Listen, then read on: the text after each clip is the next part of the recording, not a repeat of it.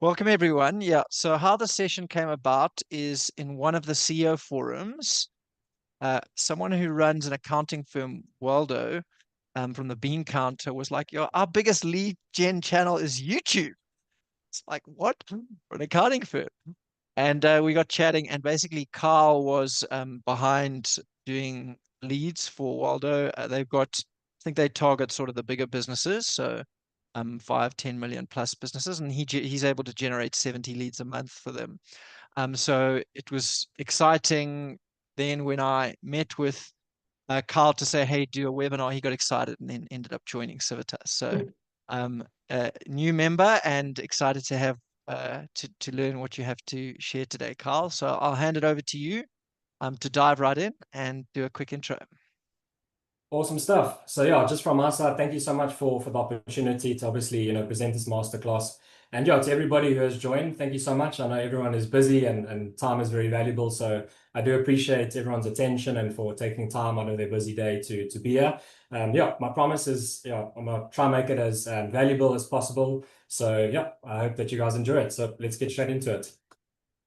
So to start off in this masterclass, I'm obviously going to share how we're able to generate 100 to 200 high quality leads per month for our clients. And this is all done through a step-by-step system that we've refined called the lead machine. So in saying that, instead of keeping it very high level, very conceptual, what I wanted to try and do is add as much value as possible to everybody here. So to do that, I wanted to go super, super tactical from the start. So obviously in going very specific and tactical, the trade-off is that this masterclass will not be for everybody, but there will still be value in it. And I'll explain what I mean now in the coming slides. So this solution that I'm going to outline for you now does not do well for high ticket B2B businesses. So the type of businesses who go after enterprise clients. So if you are going after, big corporates and you want to chat to CTOs, CMOs, CFOs, if your dream client is as targeted as that, this is not a good strategy. But I do still feel like there's value in watching this till the end, because then you'll have less options and know exactly what not to do. So also in saying that, if you are an e-commerce brand, the strategy will not work, but it can still be used to get wholesalers and distributors to get their information, hop on calls with them, get their data, and people wanting organic growth strategies. So the trade-off again is that this is a paid ad strategy, so you're going to have to obviously put some money into it. It's not about boosting posts or doing any content or SEO. This is purely paid ads. So yep, now that that's out the way, the positive, this works really well for B2C service-based businesses. So any business selling a service direct to a consumer, B2B service-based businesses where you sell a broad service that applies to most businesses, high ticket product businesses. So you sell an expensive item that can't be bought online. So obviously, not e-commerce, a software business or an education company selling in-person training or accreditation. This solution works very, very well in these sectors. So yeah, I just wanted to clarify that from the start. So yeah, let's jump right in. So hi, obviously, my name is Carl Farah. I'm the founder of Future Famous. We are a digital marketing agency based in Sandton. And what my team and I specialize in is helping industry leaders build and optimize their online lead generation systems so they can flood their sales team with high quality leads, increase their sales, and maximize their marketing returns. I'm fortunate enough to lead a team, and I've been fortunate enough to work with over 125 plus South African brands over the last 8 years. We've been able to generate 200 million in tracked revenue, 5 million leads, 2 million Rand in monthly ad spend through the solution, and we've generated over 20 plus seven-figure campaigns. So obviously just had to get that out the way. My intention is not to brag at all, but just to share with you that these results are possible if you follow the steps that I'm going to outline for you in this masterclass. So I just wanted to make that very clear. So yeah, let's jump in. So what exactly is a lead machine? So simply put, a lead machine is a system that attracts your dream customers, captures their interests, helps your sales team turn them into paying clients, and improves over time. That last aspect is the most important, because when you launch this, you want a system that gets better over time, and that's what I'm going to share. So to set up a lead machine, there's 4 components. The first is obviously traffic. The second is conversion. The third is a sales process that needs to happen. And fourth is an optimization component. So if we break it down very simply, a lead machine is just simply traffic plus conversion plus sales and optimization.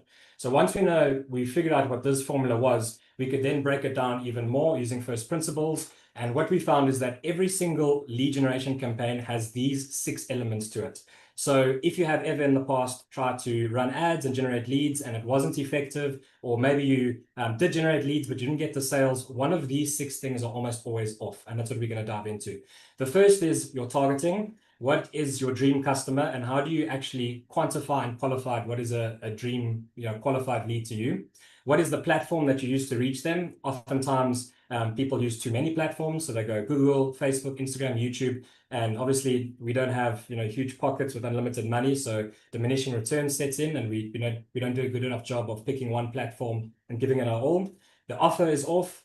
There's no sales funnel process in place to obviously capture and qualify the leads and to build a moat and to obviously protect yourself and the sales team from bad quality leads. That's your sales process and then your optimization process. So I'm going to break down each of these steps step by step so that you guys know exactly what you can do after this call to obviously start generating leads immediately.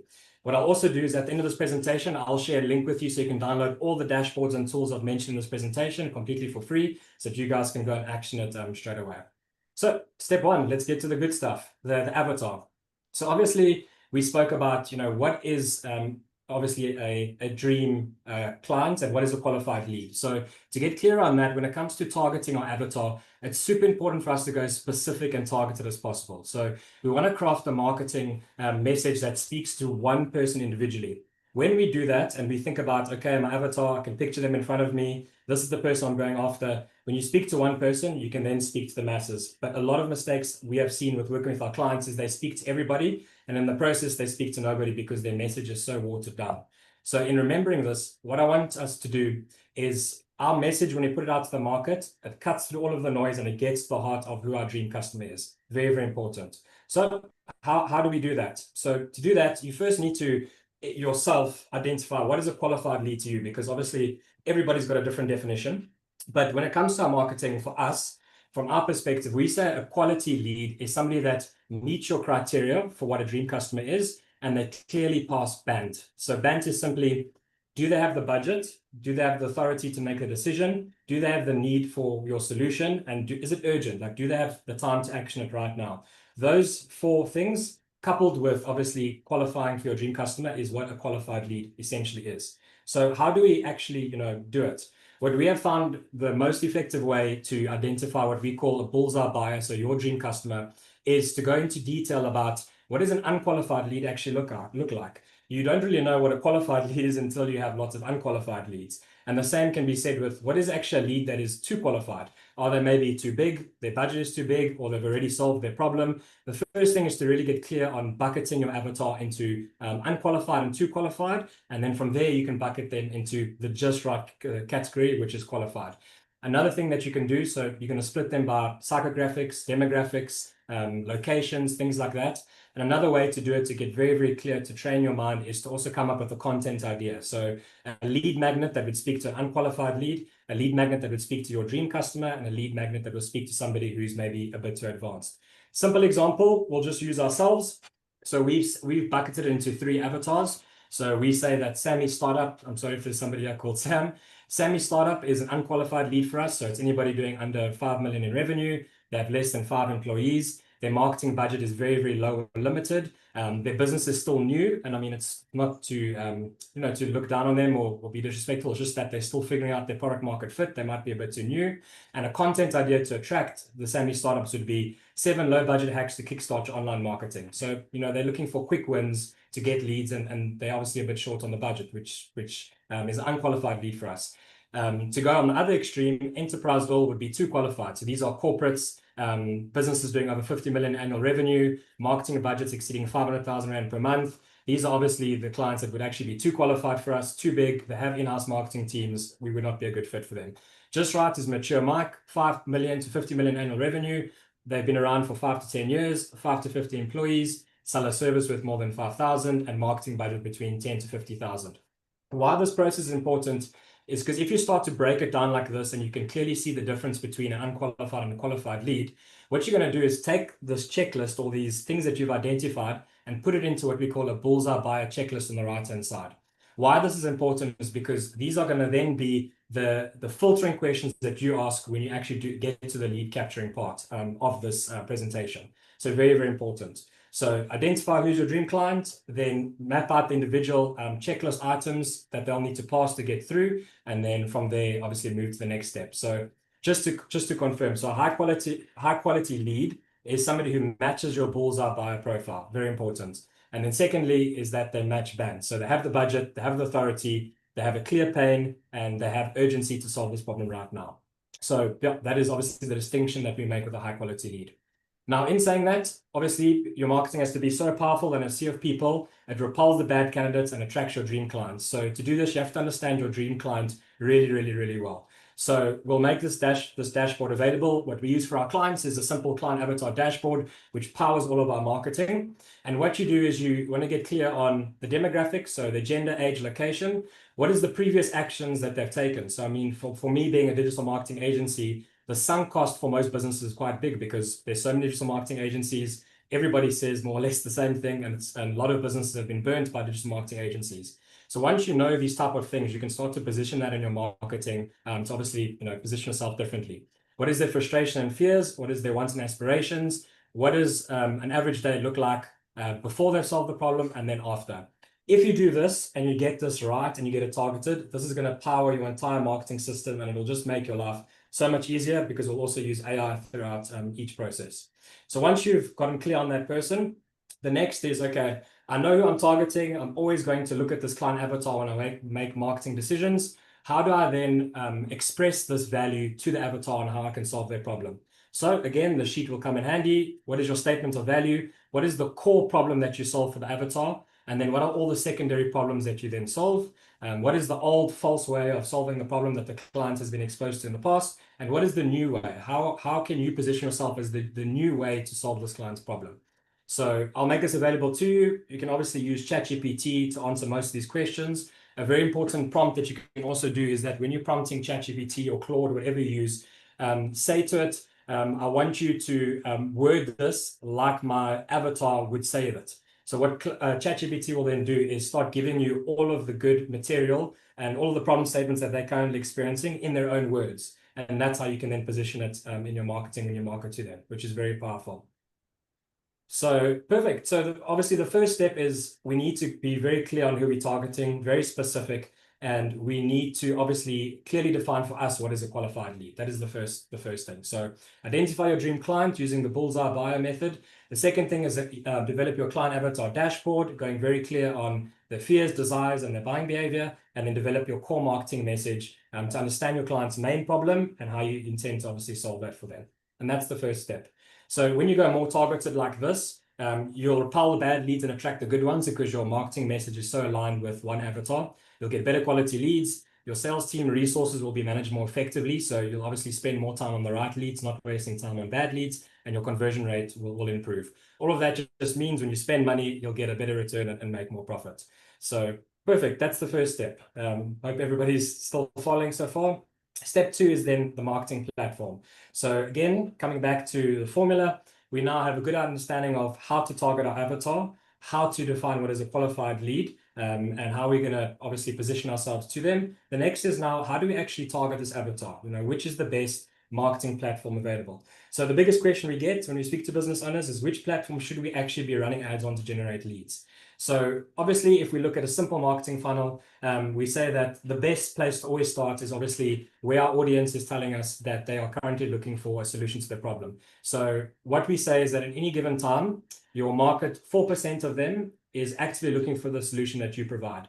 So these are your problem-aware people, and these are the ones that we want to obviously get on phones to sell our service or products to.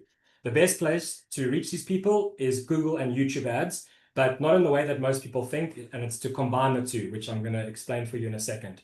If we move over to high up the funnel, we move over to platforms like Facebook, TikTok, Instagram, LinkedIn. I'm not saying that it doesn't work. You can definitely run ads on these platforms to get leads and make sales. It's definitely possible. The only thing is just the amount of volume that you're going to attract through these platforms is going to be a lot of volume. And these are more platforms to actually build brand on and build awareness, depending on also your capacity. I mean, if you have a big 5 or 6 person sales team, well then definitely run Google and YouTube ads and combine it with Facebook and Instagram. But we don't suggest that from the start, because I'm sure if anybody here has run Facebook ads in the past, maybe this will resonate. But you literally get people asking for jobs, So they saw your ad, they signed up to it, and then they ask you for a job, not even close to what you're offering.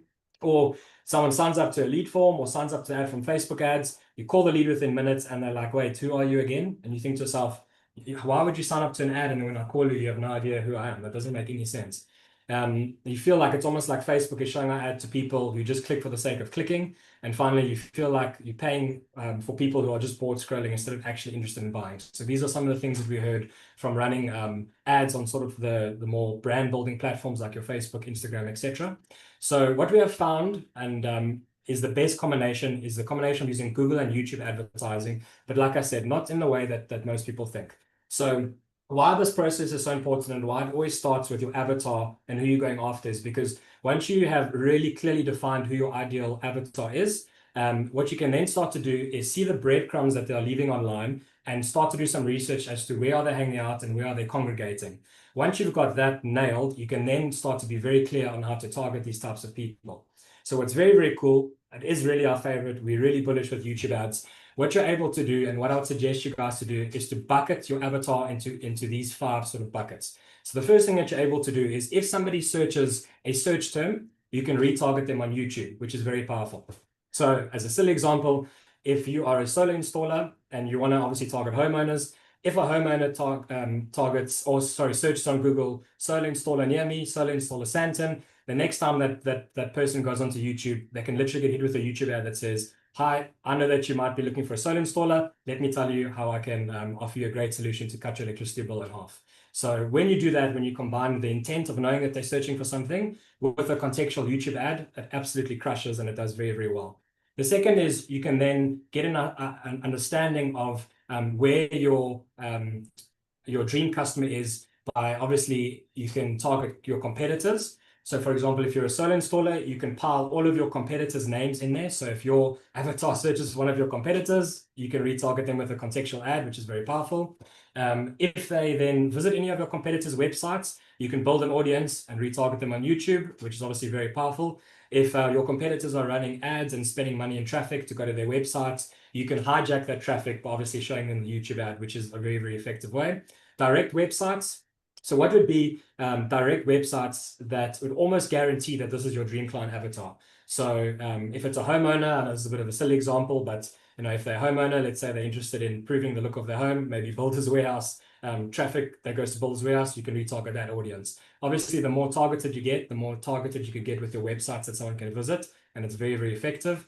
And then YouTube channels. So you can build audiences based off YouTube channels that your avatar watch. So again, to drive it home, if you deeply understand your avatar and know where they're hanging out online, you can then start to build these buckets of really effective ways to target them contextually to obviously show your message at the right time and then drive them to your sales funnel. So we find YouTube ads are super powerful. It's intent-rich targeting. The lead quality is really, really good. There's a visual trust factor to it as well. So if you think about a Google ad, it's just text and words going to a landing page, whereas a YouTube ad, there's a visual element to it. If the founder is doing the YouTube ad, it really builds a good connection and good credibility. You're able to really, build a relationship quite quickly through YouTube because obviously they can see you, they can hear you, they can see you're a real person with a real business. It tends to work very well. And the cool thing that not a lot of people know about is the first 30 seconds of your YouTube ad is actually for free. So unless you click on the ad or you watch more than 30 seconds, that first 30 seconds is free and it's kind of like free publicity. So we say YouTube ads are the new TV ads. You only pay if somebody watches beyond 30 seconds or clicks. So yeah, you can really do a good job of spreading a lot of awareness and targeting your avatar at the right time. So obviously the creative is immensely important. The examples that I've given here are ironically, ones that we've produced, very, very high end. And the good news is that you don't have to do a high-end, high-produced YouTube ad. The best YouTube ads we have found to work is if a founder picks up his cell phone and just talks into the camera, normally nonchalant, very conversational, and they run that as an ad. We've actually found that does the best. So I don't want this to be a limiting factor for anybody here today. If you are good at speaking on camera, if it's not too daunting for you, you can record it on your phone and run as an ad, and it will work very, very well. That's the cool part about it. So next, obviously, we use YouTube to obviously target people who are looking for your services on your competitor's website to have that intent there. And then obviously Google Ads for that immediate low-hanging traffic. So simple, You can use obviously ChatGPT to use this. Again, if you have done your client avatar dashboard correctly and very targeted, you can feed that into ChatGPT and then ask ChatGPT, this is my budget. Please give me the best search terms to target. And then you can come and put it on the sheet and then one by one start launching those Google ads so that you can start obviously getting some quick wins in. So search ads work really, really well. And then if anybody's visited your landing page, you can then retarget them with banner ads, which is very, very good for awareness as well. So that's the split. So just to finalize, obviously, the platform section, think about the breadcrumbs that your target avatar is leaving online. Complete the YouTube and Google Ads targeting sheets so that you can obviously just do some research as to where they're hanging out and congregating, and then split your budget 50-50 between Google Ads and YouTube ads. Launch it, see what gets the most traction, and then you can split your budget accordingly to what's getting you the best leads and making you sales. Cool. So step 3, the offer, probably the most important part of the whole, or one of the most important part of the whole process, because you can do a very good job of targeting your dream client avatar at the right time. You're hitting them with a very good Google ad and a good YouTube ad at the right time. Then what are you actually saying in the ad? And this is very important. So again, we want to go back to our avatar and really understand the problem that we're solving for our avatar. What we don't want to do is look like everybody else. So I just gathered some screenshots of just maybe I was a homeowner looking for a solar installer. From what we can scan and see, there's nothing that really speaks to me. And all of these businesses, respectfully, they all look the same. So if you're a consumer, you have no real way to differentiate, which is the right solar company to choose. What's even worse then is when you click on the ad and go to a landing page, and the landing page is what we'll cover shortly. The first landing page says for all things plumbing and electrical. The other one is going straight to price, which we should never, ever do. The other one says contact us, and the other one says reliable, affordable energy done right. So nothing really to sort of work with there. No real clear, compelling offer as to why we should go with you. So if you're the consumer or your dream customer, all of these look the same to you, and you're not too sure what to do. And when they all look the same, the only real logical way you can then compete is on price. And obviously price is something that you don't ever really want to compete on and play that game. So what's important and how we can differentiate ourselves is to lead with value and to actually not go straight for the sale. So the best concept to understand is just very simply is the value ladder. So if we have to think of a dentist, if you are a dentist, the worst thing you could probably do is go straight for, your cosmetics type of surgery, go straight for retainer, go straight for your teeth whitening or expensive products, because there's no trust. You're seeing a stranger's Google ad or a stranger's YouTube ad for the first time. If you don't lead with the value, the outcome of you clicking on the ad and actually parting ways with your information is very, very low, extremely low. So the analogy is just that if you're a dentist, the best thing is just to get somebody's foot in the door, get them in the chair with a checkup, and then from there you can start to ascend them once they like you, they trust you, and you've built a bit of a relationship. So the way to do this and to structure offer that we have found is best, that gets the most lead, is to lead with value, do not go straight for the sale, craft a good offer, promising an outcome. So like whether we like it or not, we don't want to just position ourselves as somebody that provides a service. In any way, shape, or form, any service that you provide does create an outcome for your dream customer. And it's very important to focus on that.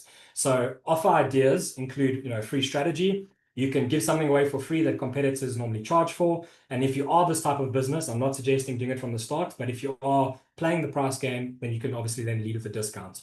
So a simple way to get your offer right and to keep it as simple as possible. We've tried lots of different techniques, adding bonuses, and it just makes the offer inflated. All you want to do is have a name of the offer, promise an outcome, guarantee that outcome, and then induce scarcity and urgency. That is the most simplest way to do it. And I'll give you just 2 simple examples of how we do it, and maybe one per solar installer. So for us, we have a free lead flow strategy session to double X90 without spending more on ads. If you can't do that, we will give you 10,000 Rand for wasting your time. So the catch is that obviously we have the right to choose who we offer this offer to, so it can only be for our dream customers. And because of how long it takes us to obviously do the audit, we can only do 10 of these audits a month. So that is actually something that we do offer. And I'm just showing you how you can obviously position offer to make it completely different to your competitors, because yeah, most people will provide you this service, we'll do this, we'll do that. This is an example of how you can obviously position it as an outcome. One offer that we run for a solar client is a free solar savings consultation. Click the button below to secure a free in-home assessment and consultation with a professional solar expert. And hey, if we can't show you how our system will slash at least 80% of your monthly electricity bill, we'll give you 5,000 Rand for wasting your time. The offer is only valid to residents with more than a 2,000 Rand per month electricity bill and limited to 2 sessions per week, because that's their capacity. So obviously you want to be honest, and you want to obviously always state the facts, tell the truth. I think where this leaves an icky feeling or doesn't feel right is if you don't tell the truth and if you don't position it well enough. And if you did a good enough job of doing the client avatar dashboard and saying what is a qualified lead to you, this will hit and it will work very, very well. If your offer, so another way that you can do this will make this resource available to us is just think to yourself and just stretch your mind. If money wasn't an option, and you were basically a charity and you wanted to you're really passionate about helping your avatar achieve the solution, what is the craziest high risk offer that you can make to your avatar? So the reason why I'm suggesting this is not because I want you to do it, but just to think in terms of how can I really reverse the risk for this avatar, and how can I create such an amazing offer that this avatar would be a bit silly to say no to it. Once you can understand the extreme, from there you can work backwards and do something that's a bit more realistic. A lot of people don't even play in the offer category. They just say request a quote or find out more information, which isn't really the most compelling offer. And then you can start to move between what is like a low risk that you can stomach and then what's sort of in the middle. So do this exercise. You can also use ChatGPT obviously to get some ideas. I promise you, if you get this offer process right, you're gonna absolutely crush it and you'll suck in leads like crazy. So when you do this, like I said, your ads will get clicked like crazy. Your lead price will drop dramatically, and you'll clearly differentiate yourself from your competitors, and you won't be playing the price game, which is very important.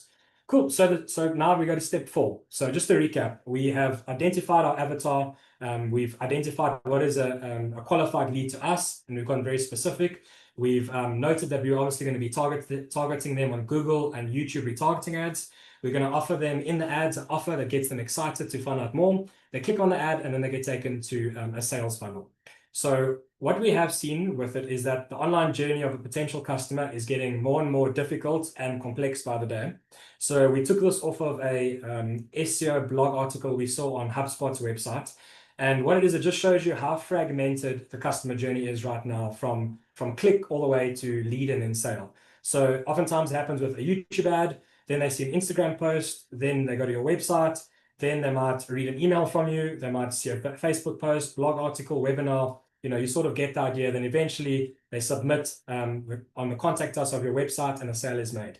So what we want to try and do is that if you are a business, for a lot of people, they say that they feel like marketing is this black box where they just spend a whole bunch of money and they don't really get results and they don't really know why. The biggest reason is because we are not systemizing our growth process. That is the biggest reason that businesses say this. And the best way to systemize your growth process is to send somebody through a sales funnel. And we want to try and control the journey as much as we physically can.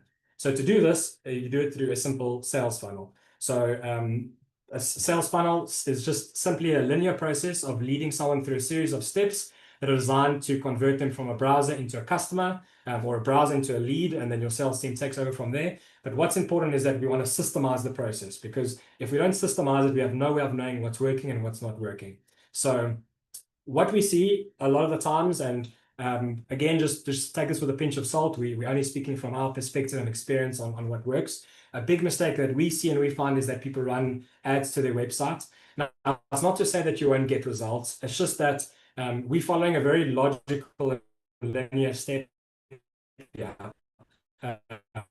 So if you did the first 3 steps well, and then you send them to the drop-off. So the thing with the website is there's friction. There's lots of different pages, there's blog articles about us, our story, all of those things. It hurts your conversion rate because the user has to think, where should I go next to get what I want? And that's wasted ad spend, and we obviously don't really want that. So what we find, a sales funnel, it converts 2 to 5 times better than a website. It's contextual journey based on the service that's being marketed and avatar retargeting. It's separate to your website, but still works alongside it. So it's still got the same brand look and feel, but the difference is that the header is gone. So on this landing page, you have two choices. You either give us your information or you leave the page. And it's as simple as that.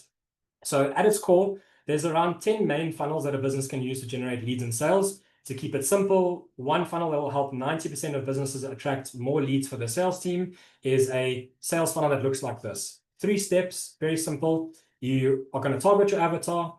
You're going to run Google and YouTube ads. You're going to take them to a sales landing page, which I'm going to explain in a second what it looks like.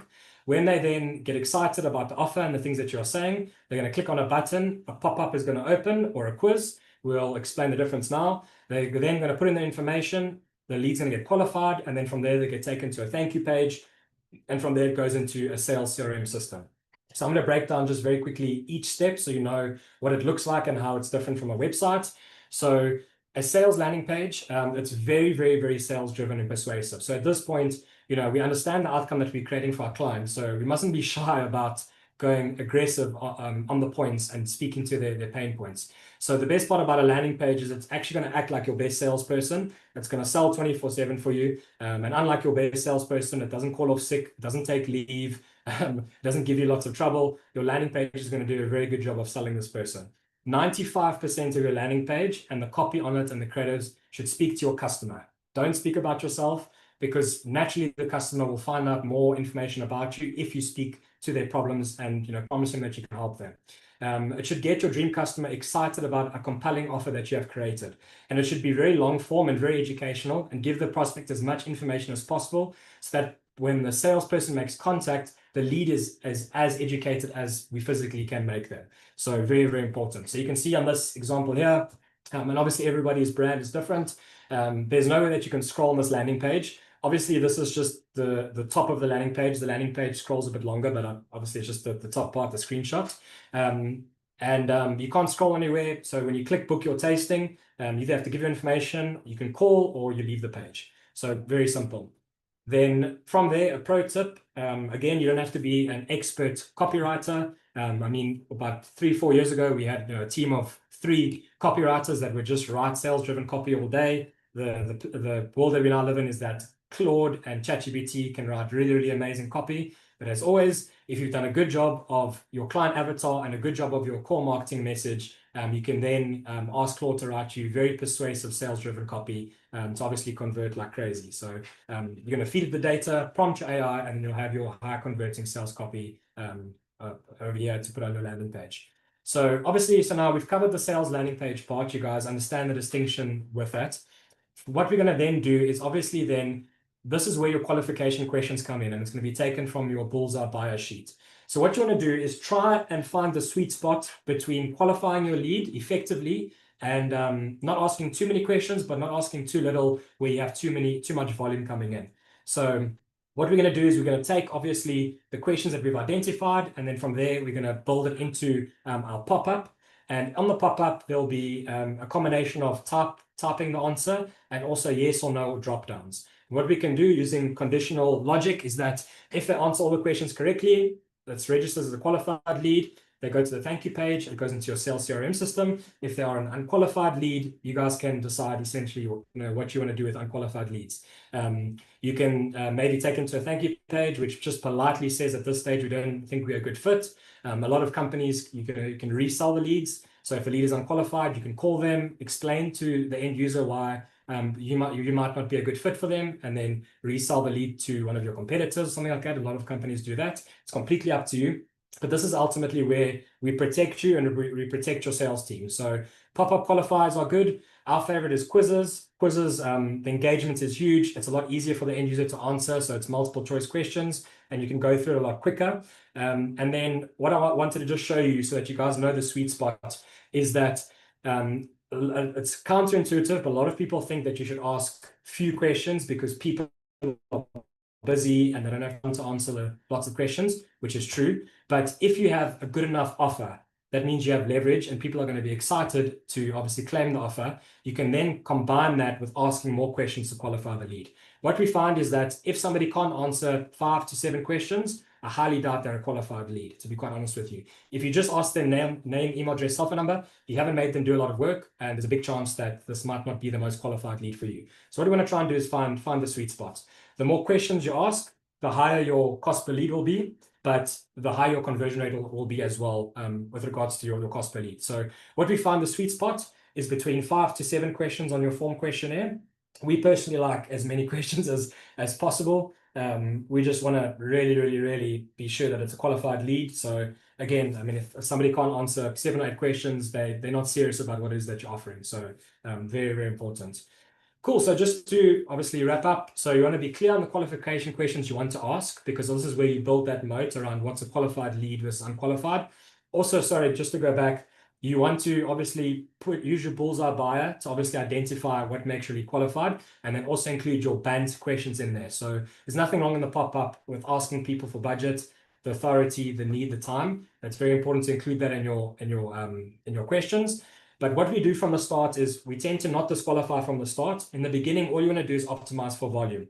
So the rule is first you have volume, and then from there you go and add friction until you get the quality just right. The other thing is that, you know, sometimes you're a founder seller that's selling. So with there, you really want to, you know, make sure that you're speaking to quality leads, and you can obviously be strict from the start. Or if you are a sales team and you tend to, you know, have a lot more capacity, then maybe you can tone off a bit on the qualification questions for now, and then work off of the sales team's feedback. So what we always do is we keep it open-ended, and we have conversations with the leads and the customers, work off of the sales team's feedback, and then we take that and we build it into the pop-up or quiz qualifier to make sure the lead is just right. So that's essentially how you do it. And then finally, after they've qualified, you'll take them just to a simple thank you page. Completely up to you what you want to do on here. One thing that I suggest is that you want to move them to the next step in your sales.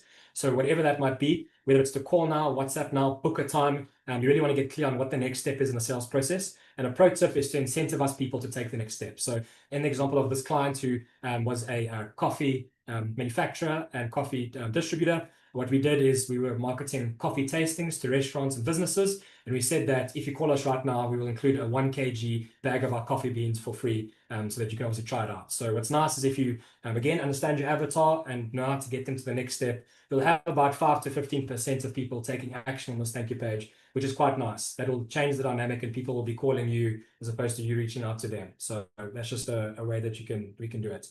So almost there. Step 5, second last step. So just to recap, we know how to target our avatar. We're clear on what is a qualified lead. We know how to target them on Google and YouTube by following their breadcrumbs online. We know how to craft a compelling offer to get them excited. We know how to qualify the lead through a sales funnel. And now the 5th step is the sales process. What happens now? So a big step, this is one of the biggest bottlenecks we see is in the form of the sales process for quite a few of our clients. And the bottlenecks are clear. The client doesn't have a sales CRM system in place. There's a lot of cheap and cost-effective ones. They don't have a mechanism for getting notifications when a lead comes in, so they don't call the lead within 5 minutes. So speed to lead is non-existent. They don't call them, they email and quote them. So now you spent all this money on the system, but you're just firing off an email and you're quoting them. Please don't do that. Call them, WhatsApp them, do whatever you can to try get them on the phone as quick as possible. Another mistake we see is that there's no sort of follow-up mechanism in place. So they don't follow up with them multiple times, because that's where the money is. It's in following up 5 to 15 times. And there's no automated email, SMS, WhatsApp sequences going out. So what you can do is just email them some educational resources that go with it to obviously increase the likelihood of them answering the phone and speaking to you. So not just that, if we see with the mistake that we've outlined here, the lead is wasted. We don't want that. So we obviously want to ensure sales CRM is in place in the business and optimized. But the biggest reason why we do that is because we want to make sure UTMs are pulling through with your leads so that you can see where your best leads come from. So what I mean here is that a big mistake we see and we have found is that, let's say you're running ads and you're generating leads and you're happy. What people tend to do is they optimize for the cheapest leads. So let's say in Google, if you've got 5 campaigns and you've got 1 campaign that's generating you very cheap leads, therefore you think that's good, you allocate more budget there, and what happens is that your quality tanks. So why we use UTMs, and I'll show you a visual example now, is a UTM is basically just a simple tracking code you add to your marketing. So you see exactly where your leads are coming from so that you can follow them throughout the sales journey and see which leads are actually turning into sales. So what that looks like why it's important is that you can actually allocate budget to the ads that are bringing in sales, not just leads. Very, very important. So this is our CRM system and what we built for our clients. What I want you to do is just look at the top. So obviously from left to right, this is the client sales process. It's very linear. But on the right-hand side, what I want you to look at is opportunity source. And what we can see is for this client during this period, the one sale that they did get is from X. So X is obviously Twitter. In this example, they're running Facebook ads, Instagram ads, Twitter ads. So why it's important to have a CRM in place and have UTMs in place is because if you were optimizing just for leads, you would tend to optimize for Facebook because you can see the majority of the leads are coming from Facebook. But in actual fact, X got you the sale. So what you want to do is allocate more budget towards X and Twitter because even though the lead price is expensive, the quality is good and it's turning into a sale. So rather have 10 leads that are expensive that are turned into a sale than 100 leads that are cheap and you can get one sale. That's the idea with a CRM system and the UTM dashboard. So I'll obviously give you access to this. What you are going to do is once your CRM is in place and you yourself or your sales team are calling your leads, dragging from left to right, you want to then manually take all of your sales that have happened, attribute it to the source, so whether it's Google or YouTube, and then the individual campaign within Google that brought it. So what you'll see here is in this example, on the right-hand side, the client was running performance max ads, brand campaigns, search terms, and dynamic search ads. Across all 4 of these campaigns, all of the lead prices was the same. So you have no idea how to increase your budget or how to be more targeted because you're just optimizing off lead price. What we then saw was that, okay, Performance Max is getting leads, but it actually hasn't made a sale yet, and we've actually spent quite a bit of money. We turn off Performance Max, we take that lost budget, and we allocate it to the campaigns that are actually generating sales. Very, very important. So when you do this, you're targeting, your ad spend will be very targeted, and it will only go towards the leads that are actually making sales. If you're an e-commerce brand, the cool thing is that it's end-to-end, your feedback loop. You run an ad, you see which one gets the sales. Well, you see which one got the sale. But with lead gen, there's a lot of individual steps along the way. So you have to do a good job of just completing that loop and seeing which lead is actually getting the sale and allocating your budget effectively. So that is then obviously the sales process. So very important you want to optimize for sales, not leads. A big mistake we see is optimizing for the cheapest cost per lead campaign, and then obviously not following the lead to the sales journey. So just to summarize the sales process, so we want to make sure our speed to lead is measured and good, make sure our CRM is in place, make sure our UTMs are pulling in from all of our ads, and make sure that we're constantly adjusting our budgets for campaigns that are driving sales, not just leads. Very, very important, obviously. And now this is my favorite process. You'll see how this all sort of comes together, and then it's the optimization process. So just to confirm, at this point, your ads are now live. So just to recap, you would have turned your ads on, people are coming in through your sales funnel, they're becoming leads, and your sales team is obviously closing them into sales. What we now do is we sit back and we let the machine run for 90 days and let the numbers tell us the story. Very important. We don't want to be emotional. Let's purely look at the numbers. So after 90 days, you'll be able to get a baseline on what your metrics are. So remember earlier I said, we don't want a fragmented customer journey. We want it to be controlled and systemized. So what we can do is we can map out the core steps of each step of our funnel and measure the percentage of people that move to the next step. So just stay with me here. So obviously you can see that this is the lead machine. This is the process, the very linear journey. What you can then do is we plug it into onto an online software, and you can see your whole system now come to life. So don't be freaked out by all the numbers. Just stay with me. So in this example of the 90 days, and this is a live example of one of our clients, they sell very expensive high-end golf carts, so that's why the revenue number is a bit dramatically high. 97,000 Rand spent in ads. 1.5% of people that saw the ad clicked on the ad. That's fine. Of the people that went to the landing page, 1.96% of them gave us their information. I'll explain why that's good or bad in the next slide. Just stay with me. Of the people that landed on the thank you page, 12.25% of them called us. Perfect. That's good. Of all the leads generated, 71% of them answered their phone and were able to do a consultation. Perfect. Of all the leads we did a consultation with, 5 of them turned into a sale, which means our sales conversion rate is 4%. Perfect. We know that money in versus money out. So we spent 97 grand, we've made 1.6 million Rand. Money in versus money out. Perfect. Good. Every time we spend 1 Rand, we get 12.95 back in revenue. It's a very good return. Happy days. So now if something goes wrong in your marketing system, you're not guessing and panicking and freaking out. You can clearly see which metric is off. So what I'll show you now is that now that you know what your baseline metrics are, now we can identify the key bottlenecks in our machine. So if you guys are familiar with the theory of constraints, your business will only grow till its first bottleneck or its first constraint. We can now identify this. And the way we do this is simple color codes to see which parts are underperforming. So in our experience of launching this over the last 8 years, we see that there are 3 types of lead machines. The first is a green machine. So the green machine is that all of your metrics are green. So people are clicking on your ads at a good rate. People are giving the information. They're calling in. They have the leads are qualified, so the contactability is good, and the sales team are closing. Perfect. What this usually means is that we're underspending. So listen, we're not actually spending enough in ads. We should increase our budget. This is clear. This happens, in all honesty, about 10% of the time because we're human and you don't get it right off the bat and you have to keep on testing. What happens more often than not is you have a traffic light machine. So red light, green light, red light, green light. So 24,500 Rand spent after the 90 days. We've generated 104 in revenue. Our return is good. But what you can see is that there's clear bottlenecks stopping our business from growing. So what we can see is, okay, so we are making money, but our sales conversion rate is a bit low. It's 2.5%. Just for example, for this client, it should be at about 5%. So we're half there. Is the CRM optimized? Is our speed to lead good enough? Is the sales team following up? Are our UTMs in place? Is our email marketing, SMS, WhatsApp marketing doing a good job? Those are the first things we check. Another thing is the lead quality good? Well, we can see that 71% of people are answering their phones. So we know it's not an issue with the lead quality. Then thank you page calls, only 4%, that's a bit low. Landing page conversion rate, that's fine. And then the amount of people that are clicking the ad is a bit low.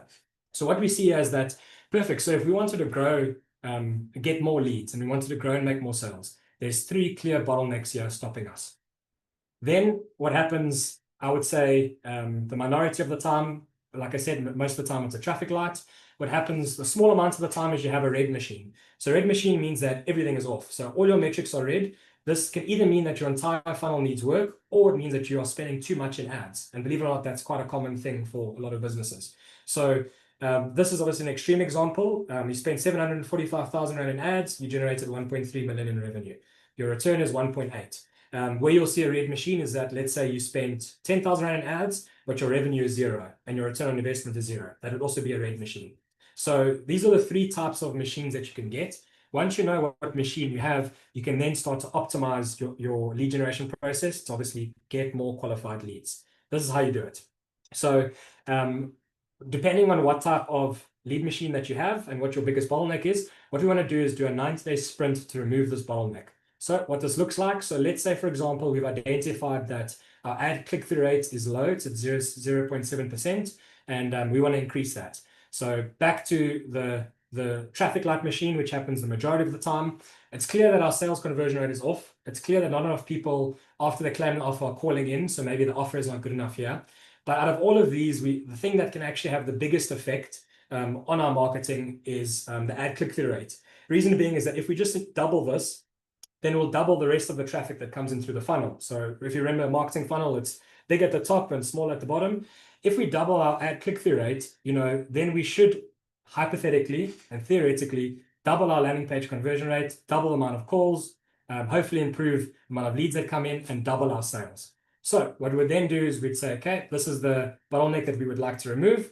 The goal of the next 90 days is increase the ad click-through rate from 0.7% to 1.5% by the end of the 90-day period. And then we would obviously action it. So are UTMs pulling through for each lead into the CRM properly? Is our sales CRM in use and giving correct feedback?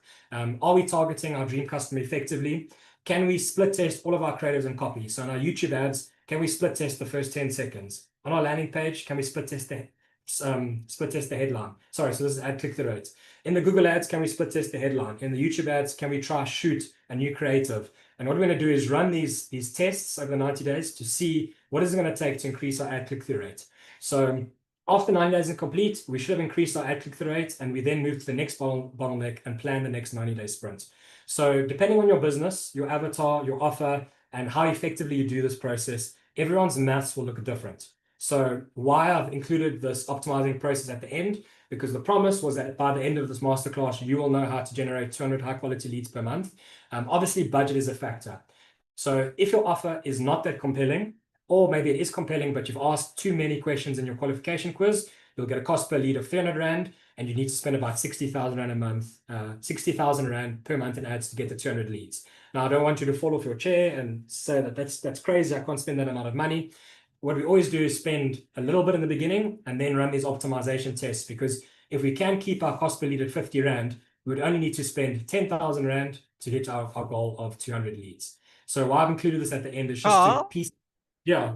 we've only got a couple minutes left. I don't know if you want to like wrap up in the next minute or two, and then we could just do a little bit of Q&A, so you've got some time to talk to Yeah, the audience. sure. That's actually done. Finished. So Okay, that's cool. the last step. And then, yeah, if you guys want to download any of the resources that I have obviously gone through, you can do it at futurefamousmedia.com/free tools. You can download all of the resources that I've made available here. And yeah, thank you. That's how you can generate 200 high quality leads a month. Awesome, Carl. Wow, I think you gave us basically all of your IP in in things. So thanks so much. So I think let's start with Karen Loader. You had a question just about ROI. Yeah, so Carl, I see there that you had the ad spend and you had the revenue that it was generating, but I didn't see anywhere where the marketing retainer is in terms of getting the true ROI. Yeah, good question. It's usually dependent on the clients. Sometimes we include our marketing retainer in there. If you're doing it yourself, obviously there's no retainer to include in there. But when we look purely at the marketing ROI for our clients, it's case by case basis. But you are right to include the avatar in there, 100%. What are you seeing as an average in terms of what that percentage is, or do you not have a ballpark figure? Just because I'm pretty sure most of us aren't in the space of creating YouTube content and running ads ourselves. Do you have like a percentage? Like I saw there was somewhere that was like 130% or whatever it is. Are you seeing that as an with the marketing retainer as well? Sorry, can you clarify your question? Apologies. So you were saying that the ROI was like, what was it? There was one that was like 1.8% or whatever it was in terms of just the ad spend and your revenue. So obviously adding on the retainer, you're going to be in the red. What are you seeing on average with the marketing retainer in there? On average, we see about a 3 to 4x, including the marketing retainer. But again, the tricky thing is it's very dependent on the industry and the price of the thing that you're selling. So if you're selling something expensive, like in the golf cart example, including the marketing retainer, actually, we didn't make much of a difference at all. And then the return is not 1.8%, it's 1.8x. So it's a multiple, if that makes sense. Yeah. Again, so the goal that we always try and go for is, I think industry standard, and again, is about 3 to 4x return. The average across all of our clients is 4.5. But again, it doesn't really tell the full picture because everybody's price point of the thing that they're selling are different. What we do try and optimize for is to try sell something that's pricey, or how can we make the offer a bit more expensive to justify the maths of the ad spend. And then obviously also, if you're selling a recurring service, your numbers can look a lot better on lifetime value. Cool. A couple of questions from my side. Sorry, if you guys have to jump off, if you don't mind just giving a little bit of feedback before you do. So Carl, the time to set up, basically what's that looking like? Because it's like you've obviously got to do the avatar and the offer and the thing, like what is that if you do it on your own, and what is that if you do it and your client basically gets involved? So how much client time does it have to take to get the setup before you press go on the ads? Is it So like a on 5-hour average, workshop, like 10-hour, 3-hour? So on average, it takes us between 30 to 45 days to launch. So that's just from our project management team, that's how long it takes us. From the client side, it's probably about 4 hours of work. That's obviously if we're doing it for the client. If you had to do it yourself, obviously if you're using ChatGPT throughout the whole process, you could probably do it in about a week. Obviously the creative aspect is the thing that takes a little bit longer. So your YouTube ads and Google and stuff like that. So yeah, I hope that answers the question. Yeah, it does. And then on the funnel optimization, so obviously it sounds like you do 90-day sprints trying to like move the needle on whatever the red box is. Now, I'd imagine you've had clients for like a few years. Like, how long is that just an ongoing process with your clients where you're always running an experiment each quarter? And Yeah. okay, so no Yeah, demotion. those sprints never end. The only time it ends is when we've optimized it to a point where it's red. And obviously, red means diminishing returns are kicking in, and we're actually just spending too much money on that platform. Then when that happens, then you can diversify into more platforms like Facebook, Instagram, as we mentioned, or do a separate service, or everyone's case is different. But the optimization process never really ends. Okay, cool. Super. And why 90 days? We just find it's the best. And also clients' budgets are a thing. So if you are spending a little bit of money, then obviously your sample size, it'll take longer to get a sample size. And then from there, the result might not be conclusive. So if you have a bigger budget, obviously you can get answers a lot quicker. But we just find 90 days is a sweet spot based off of the clients that we work with and their budgets. Ricardo, do you had a question? A few questions you want to jump on? Are you still there?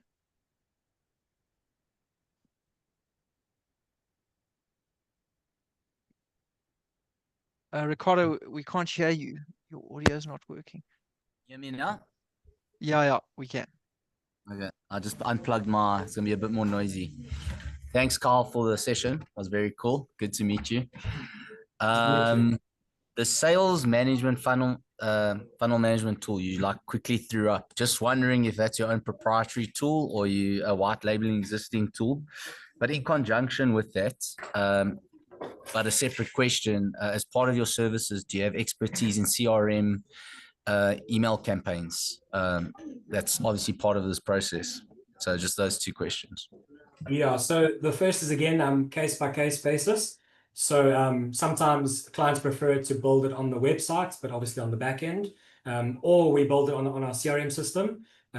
So those are the two options that we have there. And then the third, through our CRM system or client CRM system, we also do the email marketing and stuff like that. So we would do that from the lens of trying to obviously increase the sales conversion rates. So sending weekly emailers, looking at automations, things like that. I hope that answers it. Sorry, the first question was that tool, it looked like your own, or was it just a white labeled solution that you guys prefer? Yeah, 100%. So it's a white label solution. It's called Guy Level. So quite a few agencies are on it. They then obviously rebrand it and they make it available. Perfect. Yeah, no problem in that. I was just wondering out of interest. Yeah, so. yeah, Cool. we'd be honest about that. We're not going to try to seem like we're sponsoring. We are. Okay, dude. Thank you. Awesome. Nice to meet you, man. Amazing. Thank you, Carl. Thanks, everyone. Really appreciate it. I did drop the link in the chat. Carl, if people want to get hold of you, have you got a calendar link or an email you can share?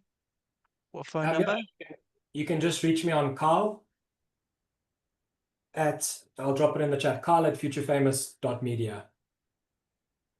Cool. I'll just share it in the chat. I've got it here.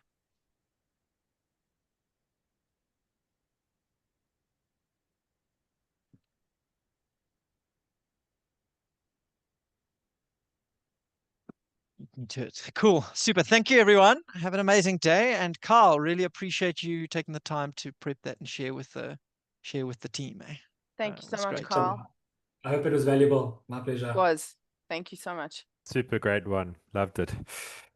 Awesome. Thanks, guys. Appreciate it. Nice to meet you all. Cheers. You too. Cheers. Cheers.